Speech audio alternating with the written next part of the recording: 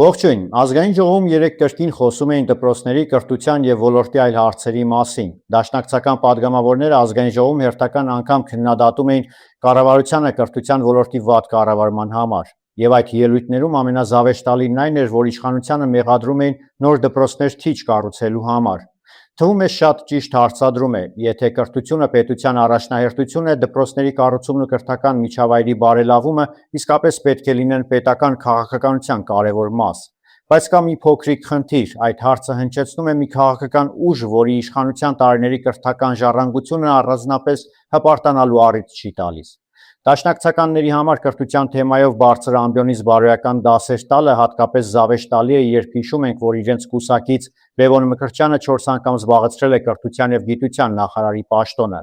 Այսինքն ընկեր Լևոնը կրթության ոլորտի ոչ թե պատահական անցորդ էր, նա այդ համակարգի ամենաբարձր պաշտոնյանը եղել և դաշնակցությունը երկար տարիներ հնարավորություն է ունեցել ոչ միայն խոսելու, այլև փոխելու համակարգը։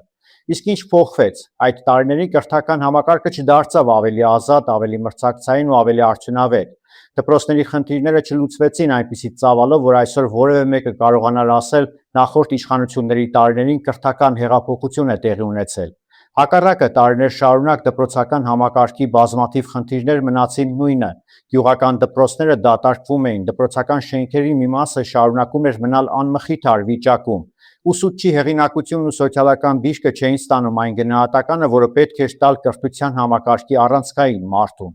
Եվ եթե այսօր դաշնակցության ներկայացուցիչները իշխանությանը մեղադրում են կրթության ոլորտում չարացի համար, գոնե մի պահ պետք է հիշեն, թե իրենց քաղաքական ուժն ինչ է արել այն տարիներին, երբ համակարգի ներսում էին։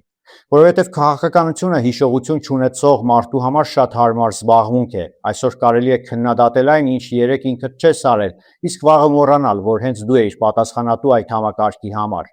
Երբ այդ համակարգում կոռուպցիոն հարաբերությունները, հովանավորչությունը, քաղաքական ազդեցությունն ու անարդյունավետ կառավարումը ավելի կենսունակ էին, քան կրթական բարեփոխումները, այսօր կրթության փրկչի դերում հանդես գալը առնվազն տարօրինակ է։